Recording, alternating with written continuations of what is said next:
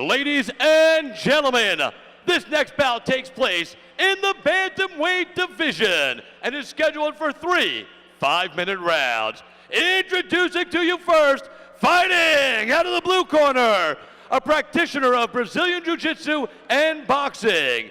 Tonight, he's making his professional debut, standing at 5 feet 10 inches tall, representing American Top Team from Coconut Creek, representing Hialeah, Florida, Harrison Kid Clark Kent Melendez.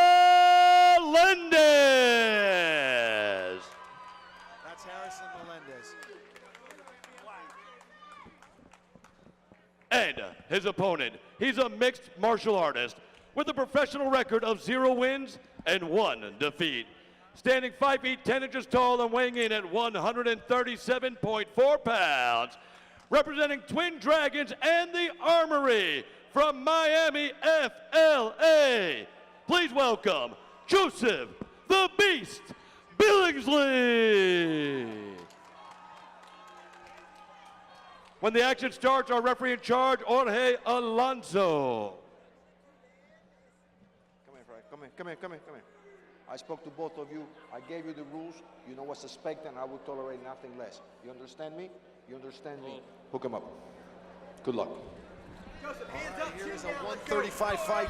I'll tell you, at bantamweight, both of these fighters are very tall for bantamweight. There's bad blood in this fight.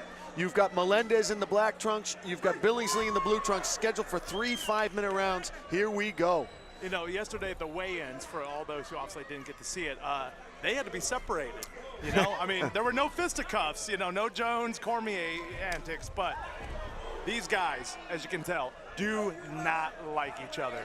They do not like each other, and they would have fought at the weigh-ins had the promoter, Paris Citos, not stepped in. Well, they'll get to settle it here in the cage in the Bank United Center. Left hand got through. Melendez caught Billingsley with the left hand. Nice kick there from Melendez, Kid Clark Kent. Definitely Superman punch. Billingsley definitely has to keep that hand up, though. Oh! Ooh, this could go. Spinning back fist, but he gave up his back. And now you can see Billingsley taking advantage of it. Melendez is good off the ground. He's got a BJJ blue belt. Oh, but he's in trouble. That's in tight. It looks tight. He's got the hook sunk into. He's got the figure four. No, he had the figure four across the diaphragm. He needs to set. There he goes. He just set up the figure four. Now he can tighten up around the waist. But you can see Melendez is not panicking. He looks actually rather calm right now, given his position. You know, now Billingsley has to make sure, you know, he is in the figure four, but don't cross those ankles. Don't get him, you know, with the bodies moving around. All right, Melendez getting out of it. You know, the best thing in these situations, stay calm, don't panic, breathe, and, you know, figure out what is your next move. Too many fighters immediately get into a panic mode when they're in this situation. Next thing you know, they're falling asleep and getting choked out. So Melendez just needs to do exactly what he's doing, remain calm, and start slowly turning his body. See, Billingsley, those rabbit punches are more to soften up his opponent. It's not to finish him. It's to make him guard. So when he guards, he sets himself up for a submission. Now you see full mount. Both hooks sunk in. Drilling down on Melendez. Melendez has got to get him. Ref just giving them a little bit of warning. Melendez has got to get up against that cage, you know? He's in a better position now. At least he's got the knees down. He's almost in a wrestling position, as he was in a bad situation before. But if Billingsley can flatten him out here with that figure four and stretch him out, then Melendez is going to be in a world of trouble. Now that he's got the legs out, you know, he needs to, all right, ref obviously continuing to warn them. Melendez has got to try to slowly get his body up, get Melendez up against the cage. You know, create some leverage. Melendez says that he is 44-14-1 as an amateur, making his pro debut here tonight. So he has a lot of experience, even though this is his pro debut. He has a lot of fights under his belt, 56 fights.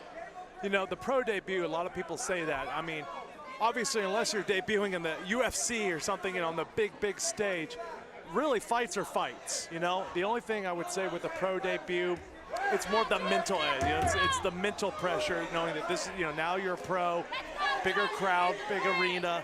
You know, that's why fighters get a little bit of those cage jitters. Right now, Melendez is doing a good job of surviving a very bad situation. Billingsley trying to advance his position, looking to sink in that left arm. Good defense there from Melendez. A little bit more of those rabbit punches. Again, just a distraction to try to set up the submission. But they don't feel good. Yeah. There's a reason they're a distraction. Yeah, I mean, I can honestly say that, you know, it doesn't do a lot of damage unless you maybe get a small cut, but honestly, it is to just frustrate you and make you change. That right was That right was, sorry about that. That right was, that was a little more nasty. That was not exactly a rabbit punch. Yeah, yeah. Oh, he's got him now, boy. Figure 4 and mount. Oh, left hand, right hand. You really have to give credit to Melendez there. He's shown a lot of toughness in this round, being in this bad position all throughout the round.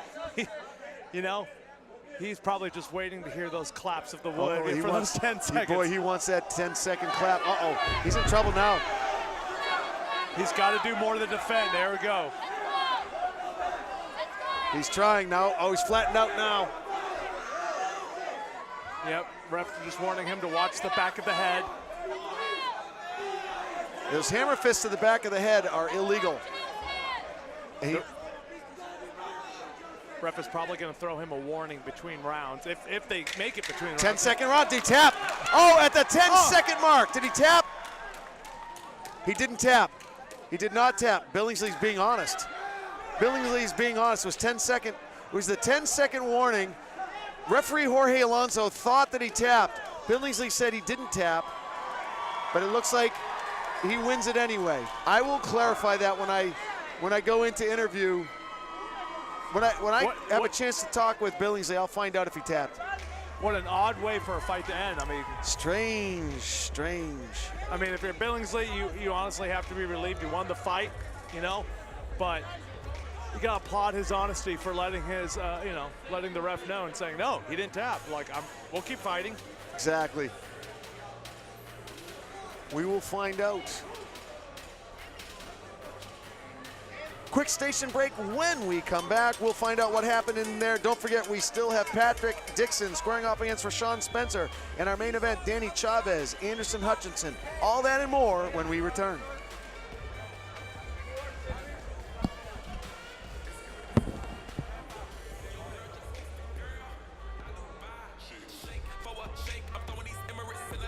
Spinning this assalamu alaikum, peace to M-O-N-E-Y. I love my beaches, south beaches, surf, board and high tide. I can just roll up, cause I'm swole up. So that birthday cake get the Cobra. Bugatti for real, I'm Cobra. The autobiography for all the rover. folks watching at home, I know they're probably wondering, you know, if he didn't tap, why don't the fight, you know, why does the ref not allow it to continue?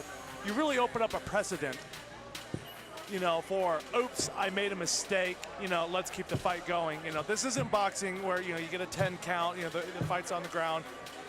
I mean, it really is an awful way for the fight to end, but it's kind of hard to throw that, you know, in Melendez's favor. He was obviously getting worked over the entire round. He was on his back, he was on his stomach, he was getting punched, you know, submission attempts, you know, thrown against him. It really was very difficult for a ref not to say, hey, you really weren't, you know, you basically were getting hammered there. The fight was virtually, you know, over. You're lucky I didn't stop it earlier. Ladies and gentlemen, you know, that's the only justice, if any, that you can throw to understand that. Of round number 1, due to a tap out by a rear naked choke for your winner, Joseph the Beast Billingsly. All right, I'm here.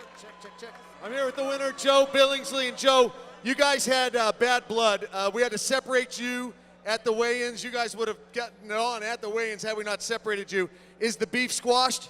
Yes, sir. It was squashed after he sent me a message letting me know that he was sorry about my son's mother dying over on Valentine's Day. So I have all the respect in the world for that man right there to get in the cage with me as well.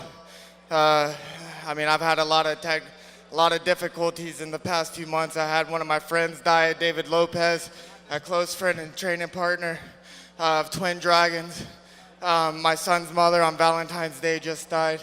I had to leave my gym, Twin Dragons, to go up north to the Armory in Daytona. So I've had a lot of struggles, and I'm just very blessed to be here right now and be able to put on a show for all of my fans. I'd like to thank Fighter Energy for the sponsorship, for all the supplements they gave me to help push me through this weight cut. For my family, Master Tarago, my second father, Jenny, my sister, Mitchell, just everybody that's been there. Charlie, I really couldn't have even been down here if it wasn't for him. So just like to thank Twin Dragons Armory, the House of Fame for letting me put on a show for you guys, and thank you very much. None of this could have been done without God either. So all glory to God for everything that is done tonight. Joe, walk us through the end of the fight. There seemed to be a bit of confusion about whether he tapped. We did watch the replay. He did indeed tap, but it looked like you said he didn't. You were being a gentleman. No, I was just making sure that he was tapping because I was letting go as soon as the referee, like as soon as I was making sure he was tapping, I was letting go. I wasn't trying to hold the choke. I'm not trying to be a butt or anything, bro. I'm very respectful. So. Now, I think you already answered the question, but just in case, you came out to a special song, the walkout song. Is that due to some of the hardships you faced? Yes, sir. That song was in dedication to my son's mother and my friend and family member David, who both passed in the past few months. One was only 22, the other was only 28. So those are the two lives that got taken way too fast. Just watch what you're doing. Please. They're both vehicle accidents, so if you're on a motorcycle or anything, please watch your speed. If you're driving in a car, please don't drink and drive or let anybody that's in your family drink or drive. Class act right here. Give it up one more time for Joe Billingsley.